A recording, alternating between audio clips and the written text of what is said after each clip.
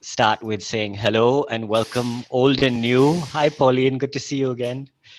I am so happy. Hi, Sumit. Hey there. So happy to see the usual suspects. Hi, Frank. Oh, I'm just. Oh my God! I was wondering that would you guys survive the season 2 to season 3 gap? And you have. Would you guys survive the idea of what really coming back to Zoom when the world is going back to normal? And you have. Well, normal, whatever that means. Um, and great, we're really thrilled. And we have a new format. We are going to now convene every second Thursday to account for the fact that we are now back in a blended world.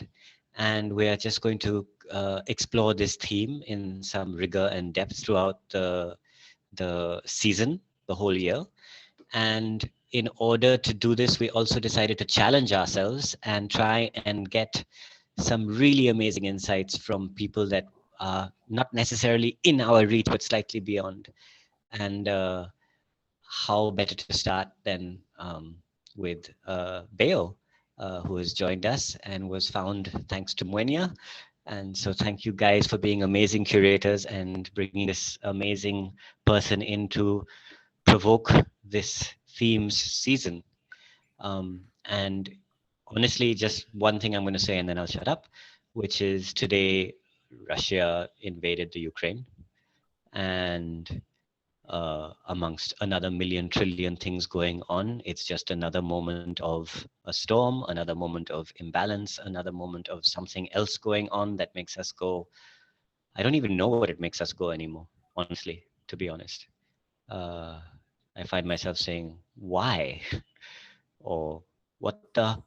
I don't even know where to start. Do I say what the? Do I say why? I don't know. Um, and so there we are. So without further ado, our opening curator and her opening interlocutor, Muenya, Báyò, all yours. And I'm so happy that you all are back and see you every second Thursday, I hope. Greetings, everybody. I want to echo Jehan's enthusiasm for seeing so many familiar faces. And I especially want to welcome all the people who are new to Unrehearsed Futures. I want to welcome you warmly to this community. And if you are brand new, you might not know who the 4 curators are. So if the 4 of us who hold this space regularly can just wave, you'll hear from us over the course of the conversation, that's us. And the idea is that this space is very much a conversation, very much a kind of dialogue amongst us, amongst theatre and performance, broadly speaking, practitioners, scholars, thinkers, doers, makers. And what we thought we would do to start us off, to launch our season, is to invite the fabulous Báyò Akómoláfé, who has joined us today in order to really open up the theme, to roll it out in front of us, as it were, so that we can check it out from all sides. And together, the idea is to generate a series of entry points, if you will, that we can use for the rest of the year. So that's what we're hoping to do today. So what I'd like to do is to start off by asking Báyò to introduce himself. We warmly welcome you to this space. And greetings. In any way, your biography is very easily accessible. So if there's a particular way you would like to introduce yourself to us today, please feel free. Hello. My name is Báyò. I greet you all here from Chennai, India, where my feet are planted in the permissions and the liberties and the blessings of my family, composed of my wife, my son, my daughter, my mother-in-law. She always insists that I name her in these moments. And my family back home in Nigeria. I'm grateful to be here. This is usually the difficult part for me, introducing myself. I'm not exactly sure how to go about it these days.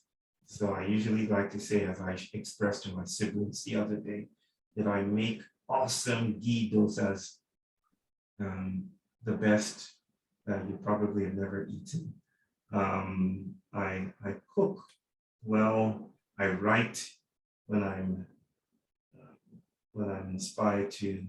I'm mostly engorged with desire to write or to speak, but mostly to write.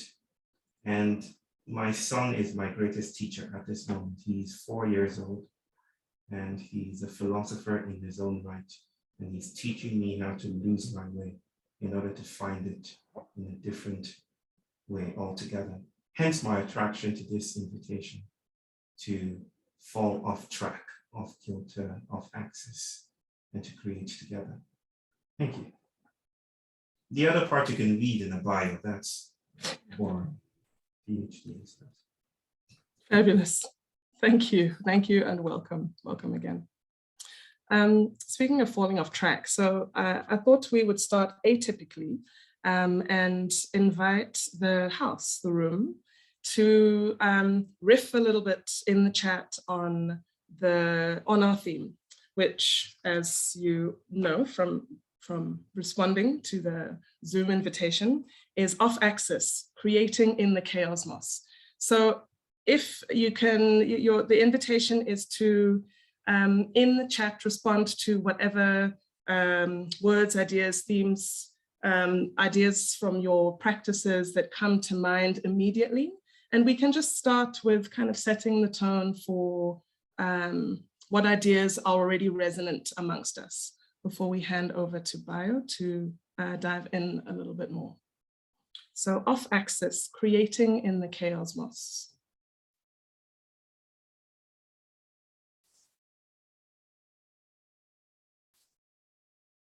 It does not have to be deep and meaningful.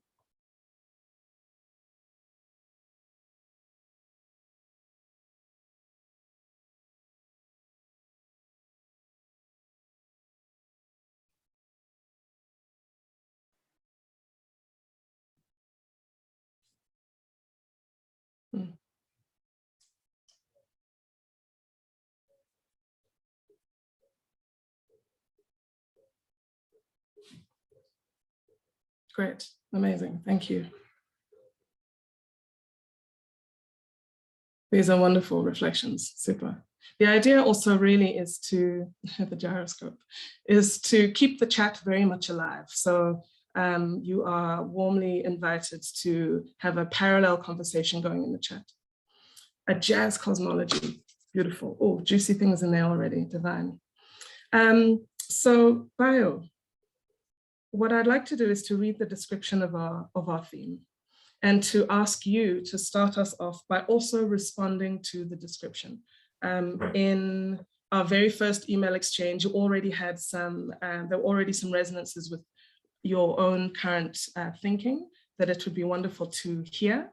But for the sake of kind of laying out the territory that we're in, I just want to read the description that the 4 curators have generated under this theme for season 3. So it goes.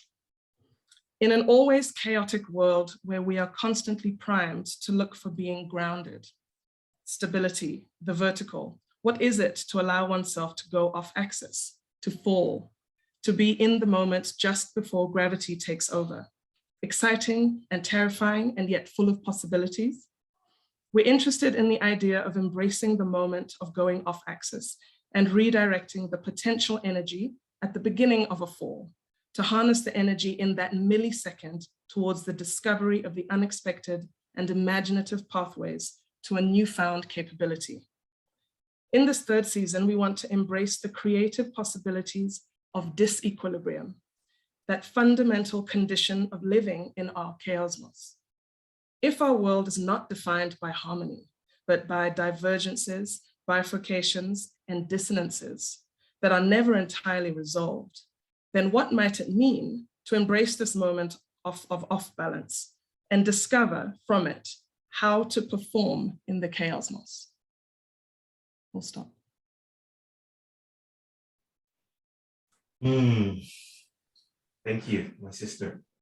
When I first received this invitation, it reminded me of something I've been writing about, that I've been privilege to articulate in a sentence or two. It's that falling might very well be flying without coordinates, without the tyranny of coordinates. And I think I wrote this in my book, letters to my daughter. And I just want to riff on that a little bit by starting with a story.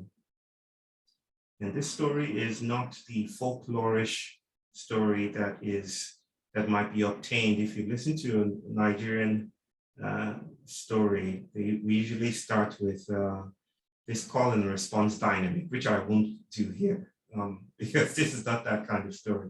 It's a different kind of story altogether, but it's quite revealing because it just speaks to the heart of this, our gathering here, the conspiracy that is at the heart of our meeting here. The idea of a chaosmos is shocking, is disrupting, it's troubling, and yet promising because of the ways that it upsets colonial order, because of the ways that it disturbs imperial continuity. This happened in 2003 in Belgium. A politician running for office. Cannot quite remember her name, but if I do, I will say it. So they have this system where everyone participating in the election, if you're a voter, you would vote on a computer, and they had redundancies. So they would equally write down the vote, basically, and put it in a basket nearby, just to be doubly sure, and so they can count later on.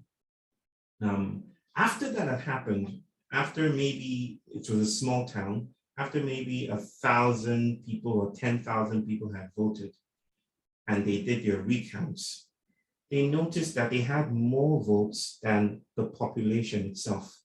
Something was wrong somewhere. So they counted again and again. And they noticed that this particular politician, this protagonist in our hastily contrived tale, had 4,096 more votes than should have been allocated to anyone. So they checked the computers. This must be a glitch of some kind. And the manufacturers of the software were called in. They checked everything. Nothing was wrong.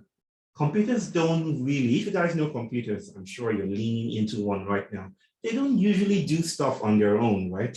We tell them what to do. At least that's the idea. We design their imperatives, and then they follow through with our instructions. So how come this computer summarily assigned 4,096 votes to this politician? So they diverted and moved here and there until they came to the conclusion that it was cosmic rays. Cosmic rays. So this forlorn, orphaned particle in space-time, probably exploding from a star in deep space, millions of light years away, travels away from this exploding star and makes it at the right moment to hit the algorithms of that computer and assigns 4,096 votes to this politician who shouldn't win. Talk about magic, right? It's amazing because what this says, and there's actually a small documentary on it, right? This wasn't a glitch on the computer. It was a cosmic ray, a particle emitted from space that hit the bits. You know, computers are made of bits, zeros and ones. It hit the right button to assign just the right amount to give that politician a leg up. What this tells me is that the universe is hostile to straight lines, right? That the universe is what Yoruba people would call a crossroads or orita, right? The place where roads meet. Modern civilization is premised on the idea of the separate individuated agent, right? And the speculatively, geometrically aligned and rational or progressively rational world outside of this agent.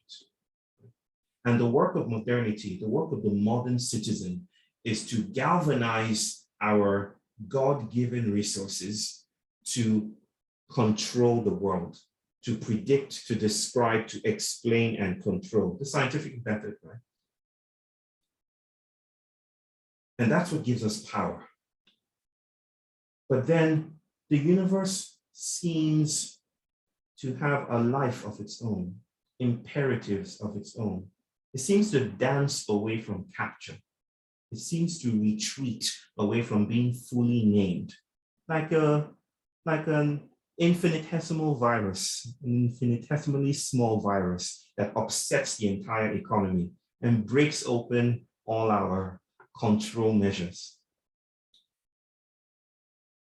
So this idea that the universe is animated, it's alive, it's promiscuous, it's fugitive, it will not be named, it will not be put in a family way, I think is beautifully captured in the concept of the Chaosmos. I had a different name for it. I called it the indetermiverse, right? So saying it's the universe is somewhat haughty and proud, because it presumes that there is one, and even saying there's a multiverse presumes that there are many. I'm saying that the universe is so teenage, so upsetting, so fugitive in its arrangement of itself, so indeterminate, that it can only be seen through the lenses of chaos and order and diffractivity, a coming together and a falling together apart. So what are we learning these days? What are ecological, feminist, indigenous insights troubling us with? The idea that design is not the gift of the liberal humanist traditional subject, that we are not as distinguished or as excluded or as separate from ecology, from land, from memory, from ancestry as we think we are. That we are imbricated, entangled in reticulated webs of becoming with the world.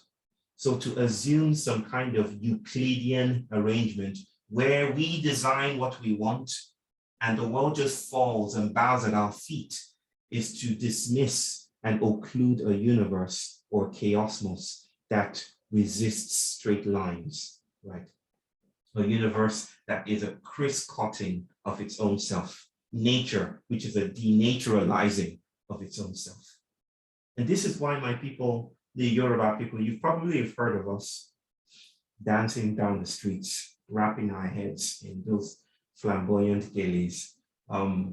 This is why we speak about tricksters, right? This is why we speak about order and chaos. This is why Olodumare, in his mighty power, in an Ogun, the god of metal and victory, can only meet the great power of the trickster issue, who stole into the slave ships. But that's another story altogether. Let me end at least my opening remarks this way, that we are in trouble today, right? What kind of trouble are we in? We are running on the fumes of industrialization, the fumes of the Holocene, the fumes of the Anthropocene. What do I mean by that? I mean the engine that produces the human as an individuated agent of change is being haunted by a different kind of ghost. And this ghost is a world, a universe, a chaosmos, an indetermiverse that will not be told what to do. We've been struggling with what? Climate change since the 1970s. We've written books. We know all the data. How come we still haven't put ourselves aright? How come we still haven't put everything in order? Because we're part of the whole that we're trying to study, right? I think the greatest call of the Chaosmos is a call to humility, a call to fall down to earth, or call to revisit our claims to superiority. Let me stop there for now and move the conversation along. Beautiful. Thank you. Thank you so much for opening with a story and for opening with a story, for putting phrases on the table like danced away from capture. It's always so energizing to have performance ways of doing and making and thinking in the room immediately from perspectives outside of our immediate field. So thank you for doing that so eloquently. Mbongeni, I wanted to hand over to you and to also let the room know that, you know, if you've put things in the chat that you want to expand on, bring to the floor, add into the conversation, there's the opportunity to do that too. If you have questions that you want to put in the chat, I'll keep an eye on it so that we can integrate them as well. Yeah, there's already some, besides what you've already offered, Báyò, there's already some really interesting stuff that's happening in the chat, which I'm excited to take up on as well. But yeah, so thank you for that offering. And it's I think captured so beautifully I guess the conversation we were having as curators when we were trying to make sense of, okay, so our first season came out of trying to respond to make sense of the pandemic as a moment, right? And in some ways, I think our thinking, or what we became concerned by, is that our thinking ended up kind of sticking in what became something of a conceptual eddy, right? Is the pandemic, the crisis, the spectacular moment that we found ourselves in became the only thing that we're capable of seeing. And we started thinking maybe it's because we're thinking about it as a spectacular moment, right? As the crisis, as this kind of singular moment that will dissipate and will return back to something that we recognize as normal. But then we started really talking, and as you've been saying as well, Báyò, is recognizing that actually this crisis is one in a sequence of crises. So if we were to actually think about the world that we occupy collectively, it's defined, if anything, by disequilibrium rather than being in a state of equilibrium, which is what draws this idea of the Chaosmos and trying to define, for want of a better word, the ontological state, right, of being human, of being in this kind of collective space as human animals that we share with other animals. And as Craig Wilson has already pointed out and asked and provoked us, is do we only recognize animals that are made of the same matter as we are, right? The Chaosmos suddenly became a really, really kind of generative way for thinking through and naming perhaps what we are putting out into the room as perhaps the fundamental state of things. And so once we shift out of this obsession, this compulsion, this sitting uncomfortably in what we recognize as a spectacular moment of kind of crisis, and step back and recognize what you offer in, you know, the title of today's session anyway, which is, I'm hoping we'll get to, is this idea of generative incapacitation, right?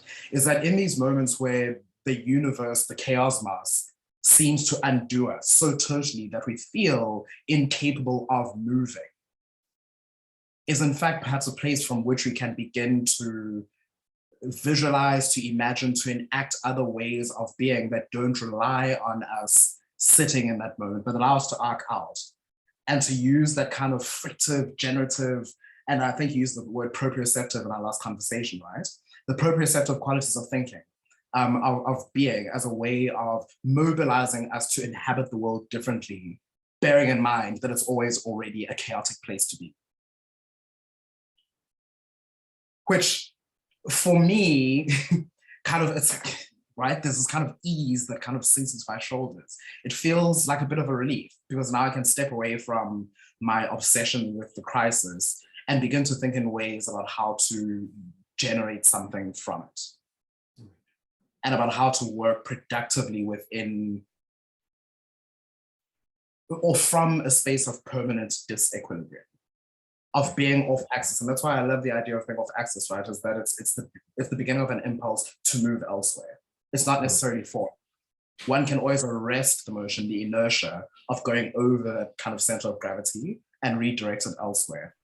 So there's something really, really kind of exciting to me in this thinking around the kind of the physicality, right, of being off axis, and this kind of broader concept of working from a space of disequilibrium and recognizing it as a generative space, or a space that is potentially generative. So Báyò, I may throw this back to you, and I wonder if we could kind of sink our teeth into this idea of generative incapacitation, right? Because in a year where we felt incapacitated, right, unable to do anything, how do we rethink and reconceptualize that as something from which we might produce new things, whether those are thought forms or actual things in the world? The idea that failure is, or chaos or uncertainty are ontologically central to how our bodies and our ethics and our epistemologies come to matter is dangerous to modern cosmovisions. Right? Modernity is desirous, and this is not an attempt to pathologize modernity or to think of it as a monolith, right? Modernity is, just the naming of modernity is speculative, right? It is theoretical. There are many ways that the modern escapes modernity, right? Just in the same way that the plantation, the slave plantation, the cotton plantation, the fugitive that runs away from the plantation is an extension of the plantation. If you see the fugitive not just as a part, but as the workings of the plantation, in that way, even that evil thing, even that evil enterprise is deterritorializing itself. It's extending beyond its normal confines. And so we can get trapped in, building up a roster, a Batman roster of villains, right? Let's get down, let's remove modernity, patriarchy, capitalism, right? And not noticing how these things shift away, constantly move away, even identity, right? Identity is not stable. It is not a property of a single body. It is an intensity of a field. So it is constantly moving, like a murmuration of starlings. But I digress.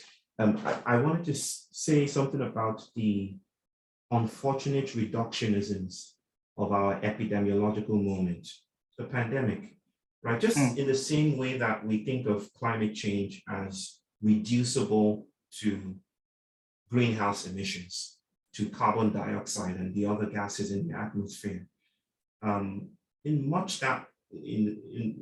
just that way, we have reduced the pandemic to an enemy. Think of George Bush and, on that ship, flanked by that banner, mission accomplished, right? And speaking about the axis of evil. In much the same way, we have reduced the pandemic to a virus. And our work then is to get rid of this infinitesimally tiny, vanishingly small critter. And if we get rid of it, everything can get back to normal. And then we're fine and dandy. And then Alan can just go back to being Alan, and Pauline can celebrate, without going outside and wearing a mask. I do this all the time. I just call people out because that's how siblings do. It's an African thing. I'm sure you're fine with it. But the thing is, there's already a political operation there that is useful for us to notice and name. What is that political operation? It's the divorcing of bodies from their ethnographies. Here's what I mean to say, that bodies do not move. Bodies do not precede their movement. Instead, movement is embodied. When my sister Mwenya gets up in the morning and goes to the doctor or to the dentist, or goes to drop the kids at school, or goes to the shop or something, she's not separate from those movements. She is those movements, right? Bodies cannot be cut off from their body ways, right? The Anthropocene is an ecology of specific ethnographies that are troubling. These ethnographies, these body ways, these body parts, the way we are orienting our bodies in the world, because we're all diagonal beings, right? We're not as erect as as a legacy of modern science, we say we're a diagonal, we're complicit. These body ways are troubling, and that's the point here. The virus is not just a virus. The virus is a virus plus, right? The virus is political. It's a theological event. It is how we have interacted with the wilds. It is how we name things, right? It is not just a tiny virus that can be fully captured under the microscope. It is politics. It is Russia and Ukraine. It is Israel and Palestine. It is all of these things in a rhizome, in a web of becoming. So to summarily decide that we can just attack a pixel of the picture and then we'll solve our problems is to perpetuate the myth of modern superiority. And that's why we're in trouble. That's why we need something entirely different, a post-activism, if you will. Like people say, in order to find your way, you must get lost. By saying lost, they're saying you must veer away from the highway to commune with spirits, to commune with ancestry, to commune with trees. And this is where dancing comes in, right? Dancing is the decoloniality of posture. It is the resistance of the single way, the single path, the single posture, the erect person. I'm not even sure where I was going with this answer. I've tricked stuff into a twilight zone. No, this is an eminently exciting twilight zone that we've wandered into, because again, there's, you know, in your accelerated phrasing, there's a lot that it kind of catches and it speaks to, and I'm trying to not obsess over things that kind of caught my ear or my eye, as it were. But there are two things that I'm kind of linking here now that you kind of put down. Firstly, I want to go back to this idea of the trickster and how thinking through the trickster as a figure relative to order, to, you know, verticality, to the kind of positivist kind of, you know, Western world, if you will, and how the trickster in some ways, as you've articulated it now, and then I'm thinking about it because I hadn't up until this point, sits in the same kind of domain as this Chaosmos, right? There's the trickster's capacity to move in multiple directions at once, right? Yes. They're facing this way, but they're moving that way. They're sidewise, as Sadie Madison would say. All of these kinds of capacities are the kinds of disruptive things that end up being generative, and they're disruptive in that they, as you point out, they refuse this kind of ordering of the universe, of the world, this attempted ordering, and disclose the, if you will, the impossibility of entirely capturing this, right? And then tactically works to find other routes, getting lost, as you said, to find the other way, which sits in the same domain as this kind of deterritorializing at the same time as one kind of creates that space as well. Yeah, so I just want to sit with that. I'm really excited by what you, by this idea of the trickster, and what the trickster as a kind of figure that performs some kind of function conceptually, but also potentially materially again, helps us think through specific tactics, or the tactical, right, as a way of positioning oneself within this off-axis space of disequilibrium. There were a lot of words in there. I hope you got what I was doing. But I hear the heart of it. I'll just respond quickly to that by saying it was Edouard Glissant, the Martinican Caribbean, Afro-Caribbean philosopher, who spoke about the right to opacity, right? The right to opacity. That is, I will not be fully named, I will not be indexed, categorized, fully available for your systems of management. I resist that pixel, right? And this hints at the fugitive, but it also hints at other, you know, soft and nuanced and sublime conceptual ingredients that I've been eating for some time. I sometimes speak about it as blackness with a small b, not blackness with a big B, blackness with a big B. We need that. It is concerned with recognition.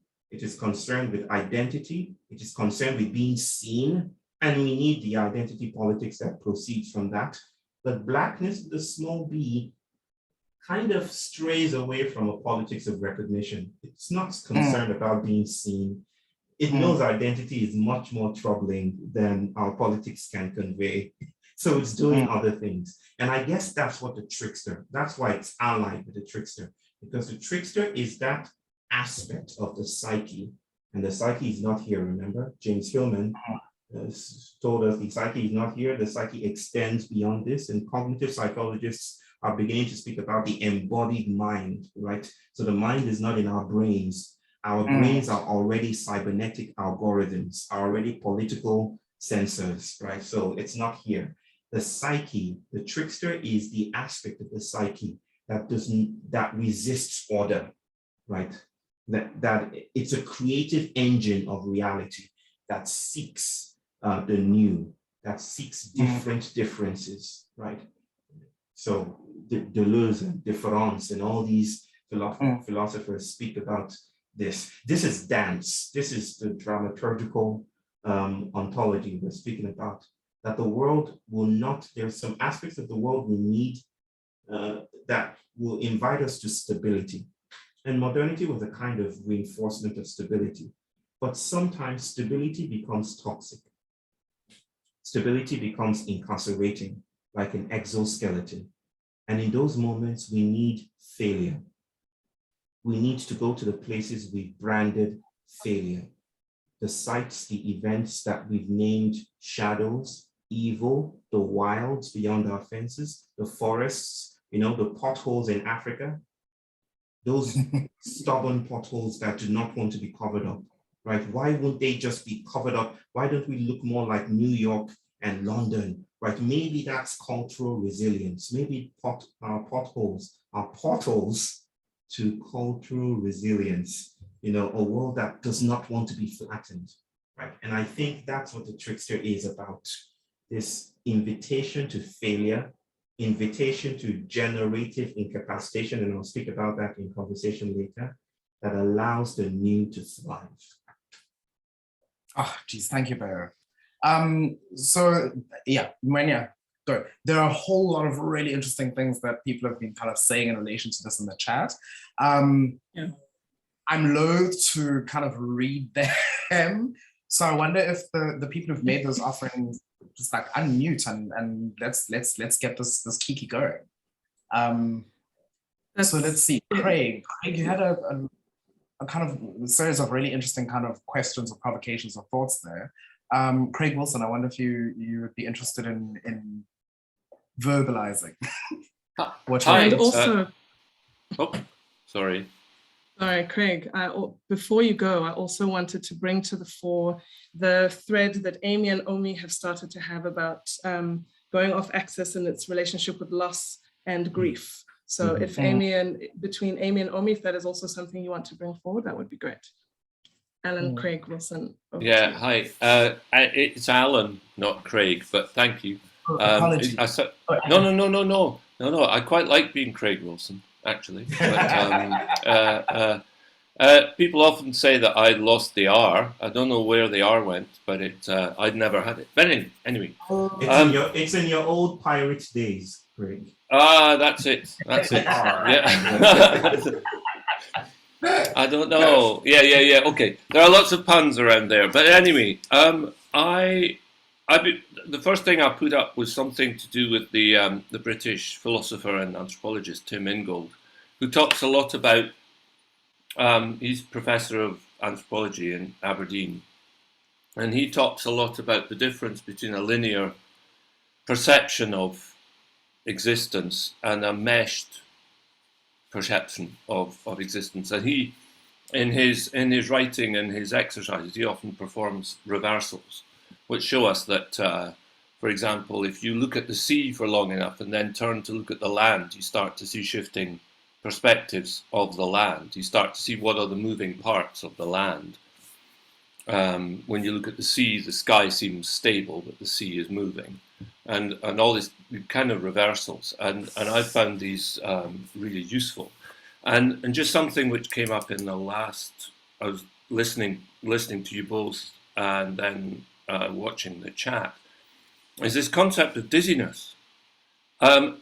So many people that I know in my own personal life have reported dizzy spells, all the way from professional dancers to just ordinary people bumping into lampposts in the street for no particular reason during the pandemic.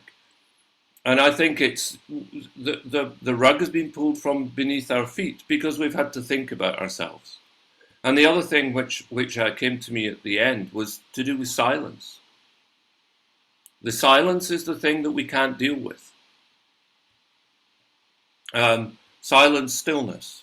I teach, part of my work is to teach Feldenkrais, and Feldenkrais is about a river of movement. So I really hear this thing that moving is occurring without us, and that if we allow ourselves to fall into that river and not to be afraid, then we move freely.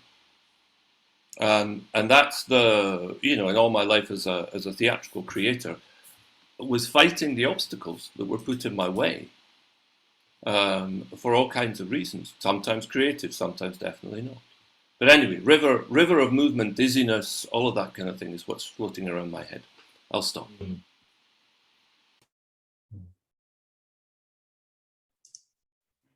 Thank you. Báyò, did you want to come in with the response? I did. I'm so fascinated with this. The notion of dizziness. Alan, if you have anything anecdotal, empirical, published, or something that might help, throw some more light on this account that you're speaking about, I would love to receive that resource and speak more about it. Sure, I don't personally have its observation, but I can do some digging and find out what I can find. Yeah. That is interesting. I wonder about many things, but I specifically in my response, I wonder about the similarities between this pandemic dizziness and what was called railway spine, which is, has anyone heard of railway spine? No. Well, what we call trauma actually had its original name as railway spine. That was its first name in Europe as the railroad started to emerge and speed and mobility started to become this technological familiar thing that was available. The landscape changed and people started to travel really fast, right? But with speed came accidents. And so people started to report after these accidents, some sort of dizziness, some sort of unnameable trouble in their bodies. And the physicians, checked up with them. What's happening to you? They couldn't find anything physically capturable. So this guy called J. Erickson called it railway spine. And that was the predecessor, the ancestor for what later down the somatic years became trauma or post-traumatic stress disorder, right? But while I point that out is for a different reason. Trauma increasingly became the way the West marks and produces suffering, right? And this is another conversation altogether. The way in the industrialized West, the way computational capitalism creates victims, creates suffering, and understands what it means to be alive. It's like a methodology of ontology. It's like, this is what we gift you to understand your role in the world. So like some authors have said that trauma, for instance, is more a moral thing than a clinical reality. And this is not to dismiss trauma or suffering. It is to notice how the West co-produces it as a reality, as something that is always entangled with compensation, with what it means to be a citizen, with the politics of industry and all of that. And what is occurring to me now is that maybe the world is, in a sense, gifting us with this dizziness again. And our work is to do some other kinds of work and produce different ethnographies within this canyon of dizziness. The trouble is that they might just repeat the familiar, just like trauma or railway spine, only engendered and reinscribed the industrial world. That's my response. Might I just say one thing in response to that, and yes, then I yes. won't say any more. I won't dominate anything. But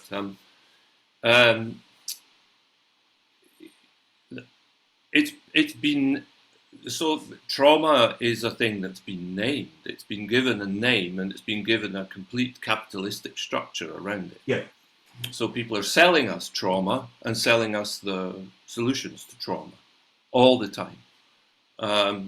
But when during pandemic, in those quiet days, or at least that I experienced in my back garden, I only had myself. I was prevented from, I mean, yes, I could go online, but everyone else was going, oh, what are we doing? So I only had myself in my back garden and my, I don't know, my deck chair that could float. And so I kind of spent time just floating about in my deck chair. It's a question of whether the opportunity of that period has thrown us back on our own resources. And someone was talking on the radio this morning about mutual aid societies. Anarchistic mutual aid societies blossomed during the first year of the pandemic. And they've been very quickly closed down because they're not a good thing for the capitalistic structure No, they're not. of the world at all.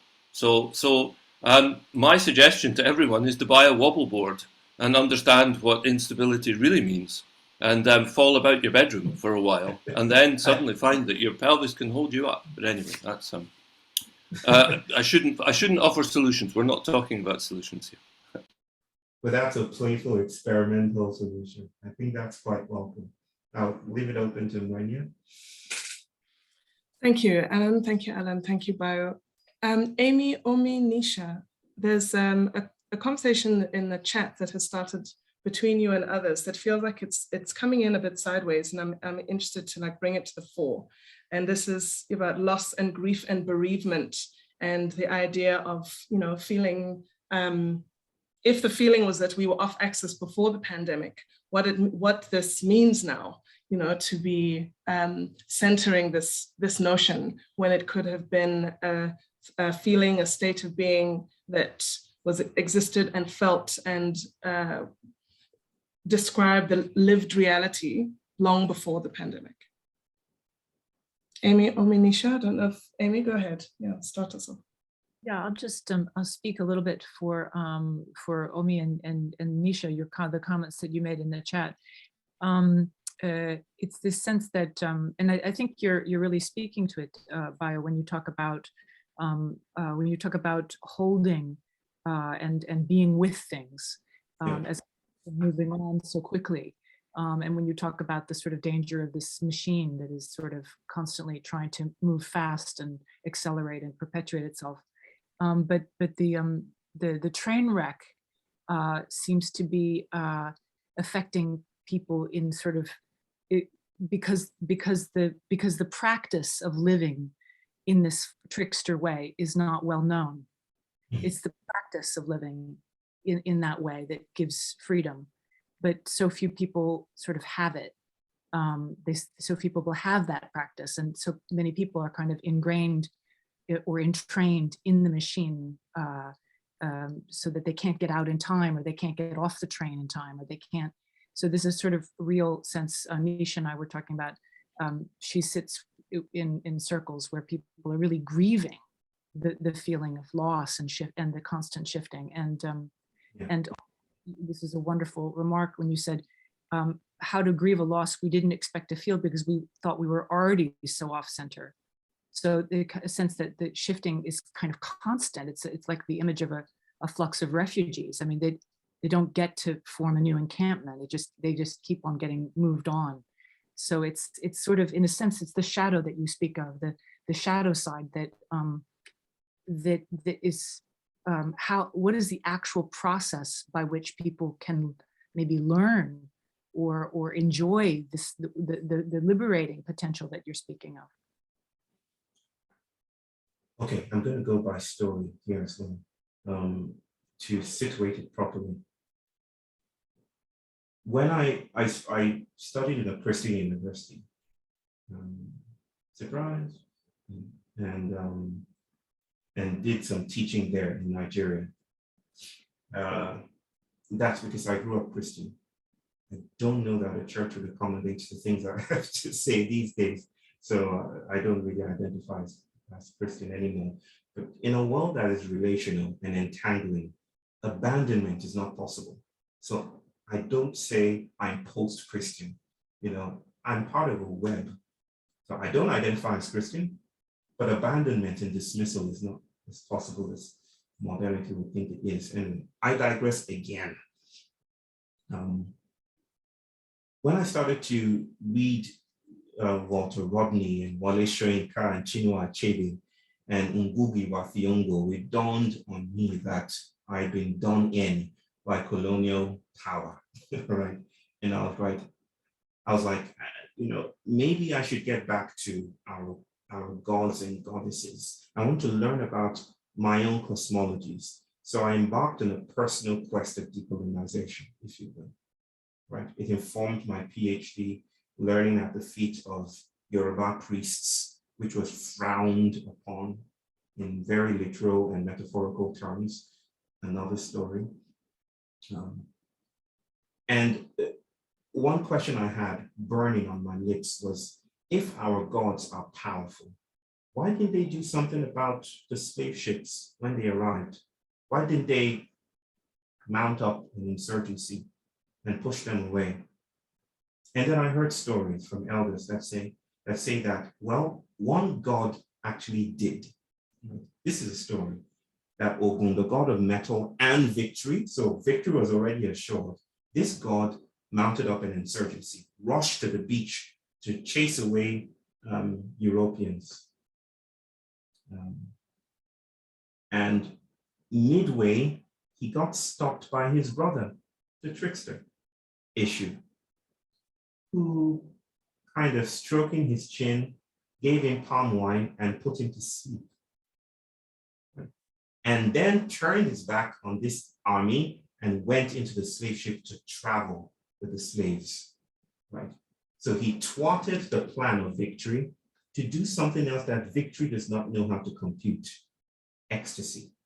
Right? What's more powerful than power? I like to ask, and my response is always ecstasy, desire. When all the Orishas were born, all of them had things they wanted to do. Ogun said, I want to be the god of victory and metal. Shango, I want to be the god of thunder and lightning. And Eshu said, I want to travel, right? Hence, he traveled with the slaves. And there's something about this figure of a trickster traveling beneath the nose of the master. Imagine that one of those schooners, one of those slave vessels, captured 100 black bodies. But there was always in those vessels 101, there was another body that exceeded their accounting, their indexes, their categories. This is the promise of the trickster, right? That right there in the heart, in the hole of suffering, in the slave hold, there was another archetype that was present, right? The soundtrack of the slave ship is mourning and suffering and wailing and lamentations. And yet the trickster traveled with them. I think this ennobles grief in a way that is really exciting for me.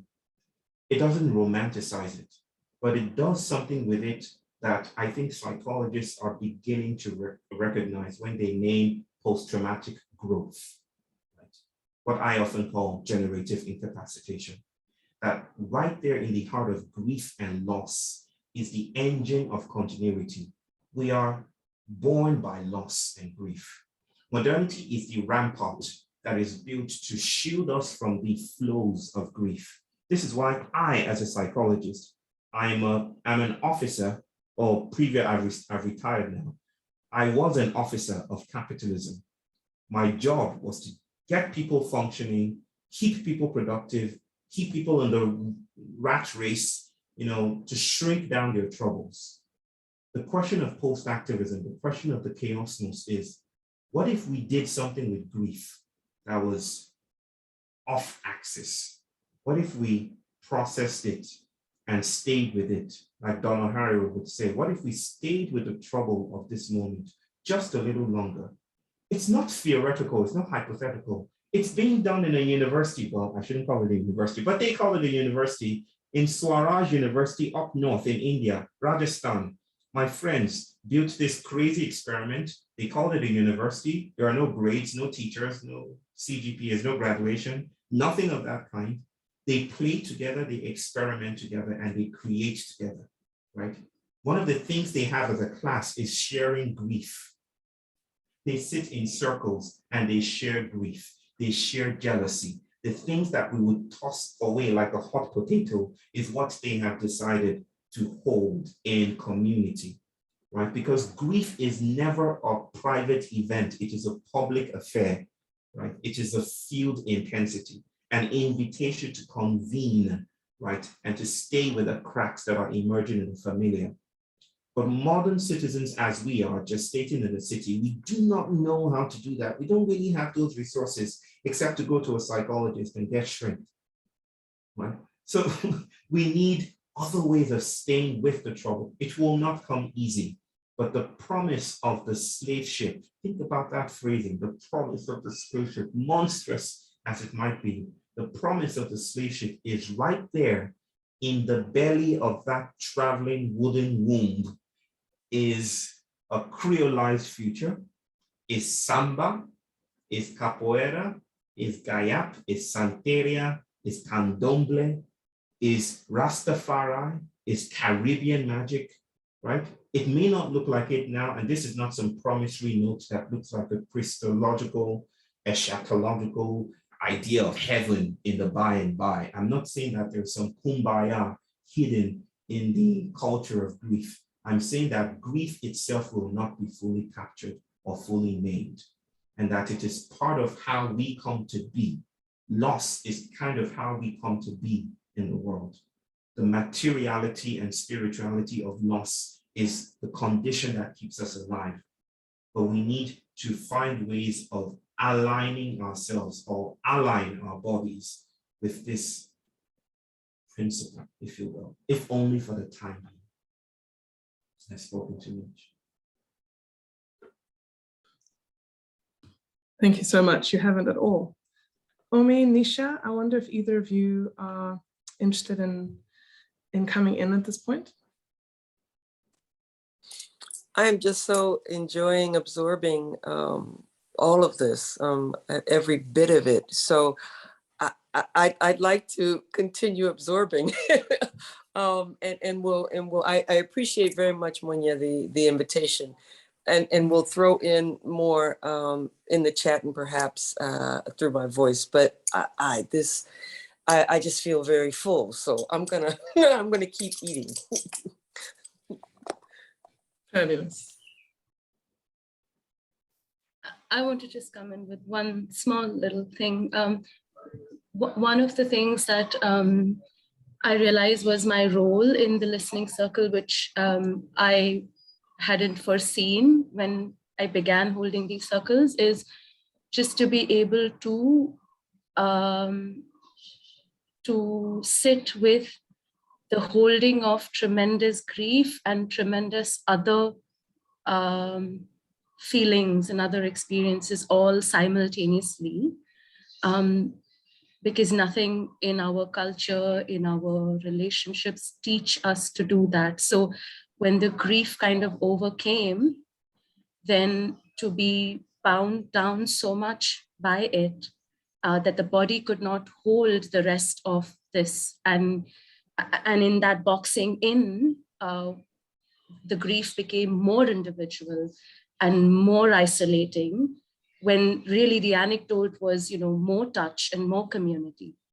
And so what the listening circle helped me, and that's what sort of gave me grounding, was just to slow down into the body and to be able to just hold both. Just, it is the most difficult demand that I've had to make for myself. But being in that space allowed me to do that. And then a bunch of the regular folks, we kind of witnessed each other through that holding of that that messy, in between space. So when someone spoke of, I think it was Pauline who spoke of flying, it occurred to me that there is that in between space before one can fly, where one needs that tethering, that certainty that there is the anchoring, the tethering, before one learns to kind of take off. And that flying really brought that little space to my mind. Yeah. But I also want to echo what Omi is saying. I'm just absorbing all of this, and it's just beautiful to be here. Thank you, really.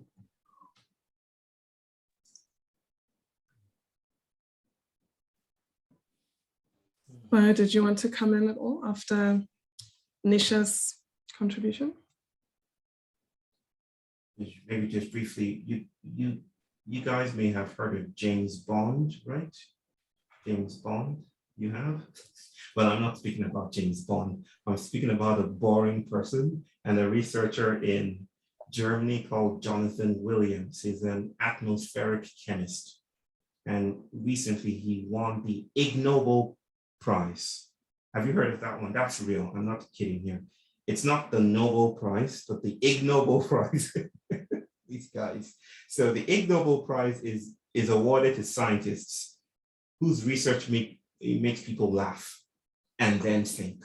Literally, right? Is on first sight you're like, haha, rubbish, but then it makes you think. So he was awarded the Ig Nobel Prize. And what was his research? He wanted to study or to find out if humans actually contribute, just by being humans, to climate change. Are we, because we're balls of gas, right? Are we emitting enough carbon dioxide to actually significantly impact the atmosphere? His result was no. But in the midst of answering that question, another question came to light, became possible. And it was this: what if our feelings are atmospheric?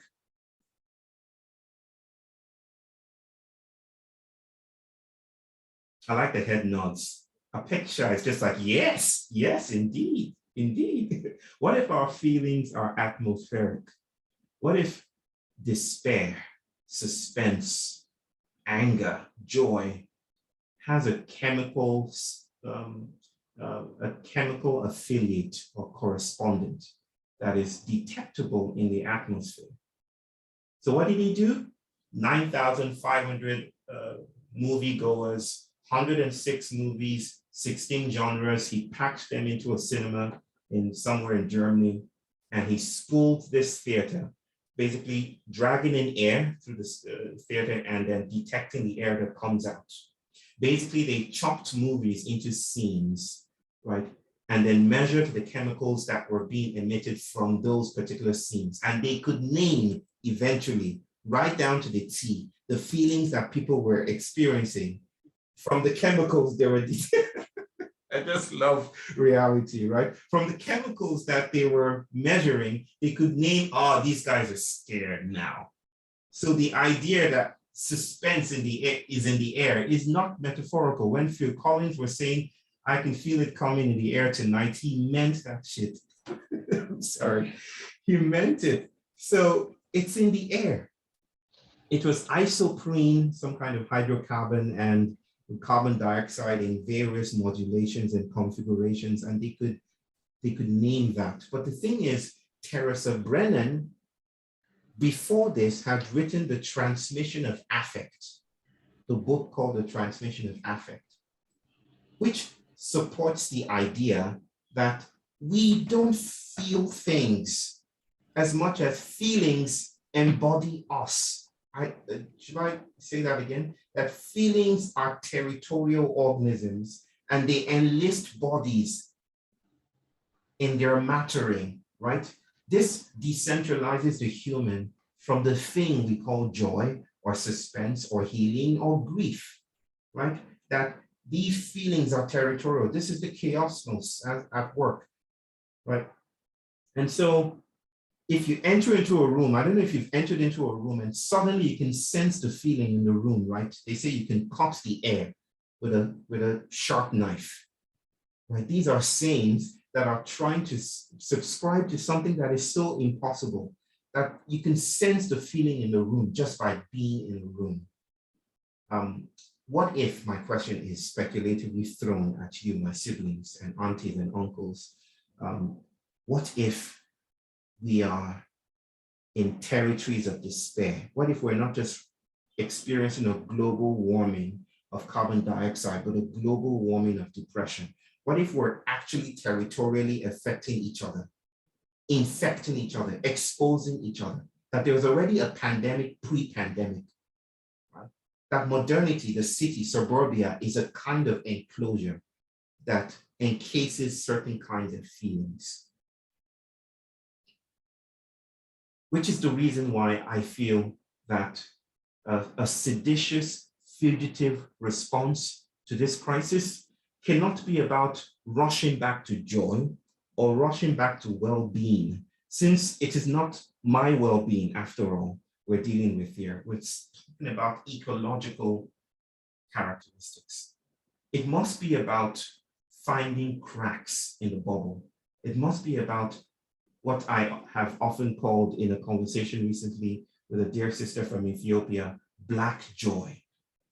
It must be about the disability of Black joy, where Black is not an identitarian concept, but the refusal for it of reality to fully be named. Let me stop there for now.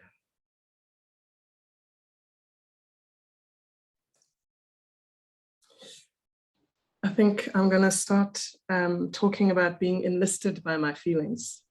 There's something quite liberating about that. I've been enlisted by my feelings of X. Jehan, come in. Yes. I mean, I feel like there are so many things I could riff on, and I'm going to have to watch this recording a number of times because of this. It's so rich. So thank you for that. And I just wanted to say that I'm being like this idea. I feel like I'm stuck in the past because I just feel like I have been a system of like, I'm trying to think rational. I'm the straight line person. I'm the one trying to find order in everything I do and everything I work. And I can see it in my relationships at home. I can see it with the way I'm working with people. I can see it everywhere where if I do not let go and embrace, surrender, be humble, I will break. And that's a very real existential threat right now in my life. And so when you say all of this, I'm just like, why am I struggling to let go? Why am I struggling to surrender? Why am I struggling to just fall and miss the ground and just see where it takes me? And there's a terror. And so there's also this idea of like, it's just so unsettling to stay with the chaosmos idea. It's so unsettling. And so I'm like, how does one find the joy? Or you're saying, and even there, it's denied because it's like, if you rush towards that joy, then you lose the point.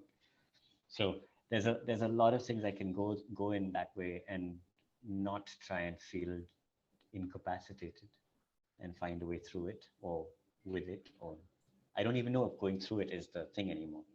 Because now somebody's told me that the whole practice of understanding trauma is a capitalist practice, and now I have to question that. And all I've been trying to deal with in therapy for the last 6 months is fucking trauma. So what the fuck? Sorry, pardon my French. And I'm also thinking about the fact that my psyche is hardwired out of habit, out of order. It's like that the way I think about things is so. And now I'm thinking I need to go on an LSD trip because the only way this is going to work is if I can build in some kind of neuroplasticity in my being that will allow me to reconnect with everything. So I need to now like drop acid under some supervised situations. I didn't say that.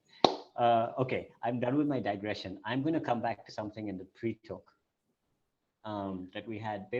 We talked about how do we find in that leaning in that moment of like embracing this craziness, a new. You talked about unleashing a monster. Do you remember? And I found that in the pre-talk quite resonant. So I just wanted to see if we have time to bring some concept of bringing that concept of like this. The monster is a good thing in my head. It's going to help us get through this. But maybe you can speak on that. I know it's a new concept to ask him to bring in late in the talk, but I just in there. I think I remember where it came up. You were talking about the post-humanist imperatives intimated in Kafka's work. That's the note I have. Oh, no. That's right. Metamorphosis. That's right. Metamorphosis, Kafka. That was it. Gregor Samsa and the salesman who became a cockroach by morning, right? But let me take this figure of the monster in a different direction. It doesn't necessarily have to be Kafkaesque. No, not Kafkaesque is used as a word in a different way. Hyper-rational, imperial. That's not what I mean. This story of the monster comes from, and I think this might do nicely for what you're leaning into, Jahan. It's a story of libations. So I don't know that it happens here in India, but back home in Nigeria, libations were a huge thing.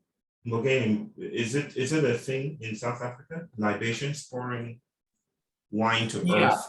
We don't necessarily call them libations, but the practice is it occurs in various kind of cultural spaces here too. Yeah. Right. Okay. So it's widespread in Africa. My father would do it with his friends, and I would wonder what a perfectly good waste of wine that is. But he would do it in ceremony with kola nuts shared. The evil people would say, when the kola nuts come, good things happen. You're welcome. It's a sign of hospitality. And then a libation followed. The story is told that it came from Egypt, which wasn't called Egypt then. It came from Kemet, ancient Egypt, or Kemet, right? And the story is told that a god called Ra was one of those days just lingering drunk by the steps of his temple as people walked by making fun of him. Men, women, children, ha ha ha, what a god, drunk by the temple. And Ra could not take it any longer, so he threw a hissy fit and stormed off to heaven and was sulking and muttering to himself. And by, his wife, who also happens to be his daughter, who also happens to be his sister, you know that thing gods like to do. You know the story. Well, Hathor comes. That's the wife god's sister. And says, what ails you, my lord? And Ra says, well, those puny human beings, they dishonored me, they made fun of me. And Ra says, I can take care of it. And Hathor says, I can take care of this for you. And so Ra bids her farewell and sends her to earth to destroy all of humankind. And so she comes and she does her work. Unfortunately, she does it very well.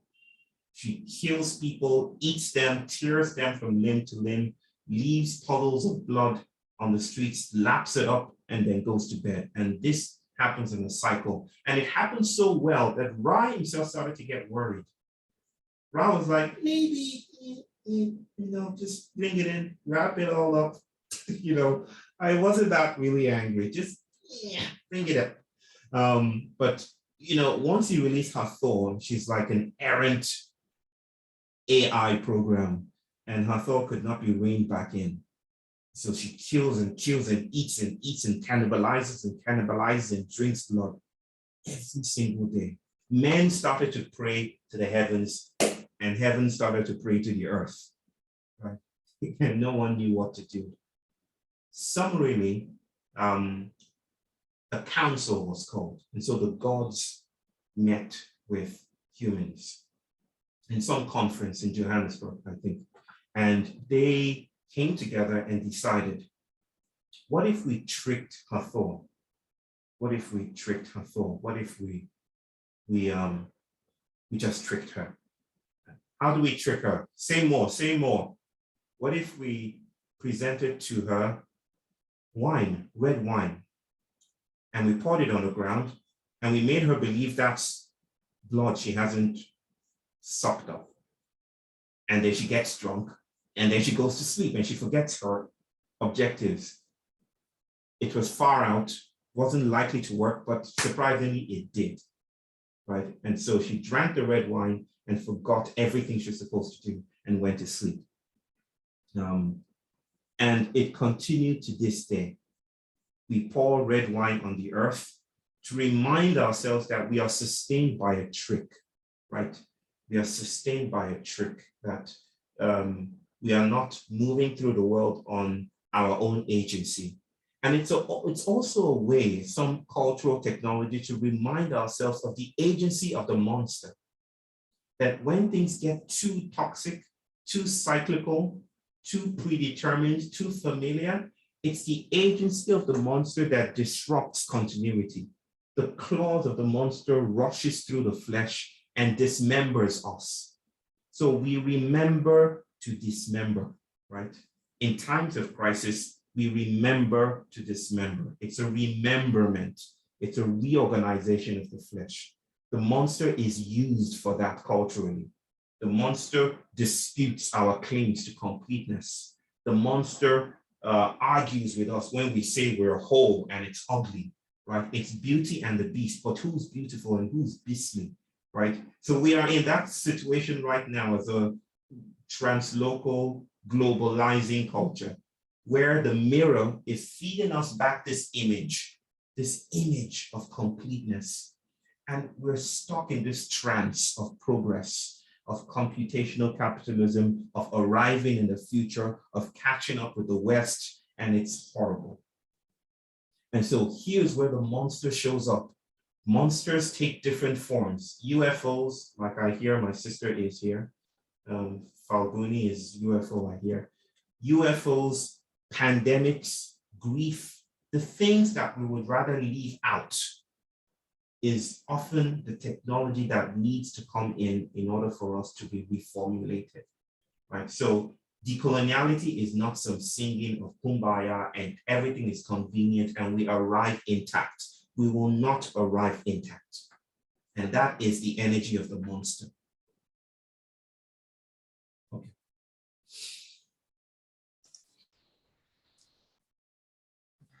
I feel like we need a moment. Sure.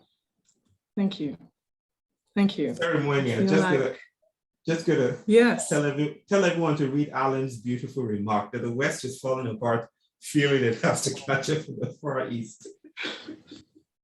Thank you, brother. I will copy that one and I will name you in the saying of it. Back to you, sister. So we are past our official ending time. And what happens now is that we have an after party, because inevitably we reach the official ending time and we feel like we are just warming up into a conversation. So we will stop the recording. Apeksha, I know you had your hand up and I invite you to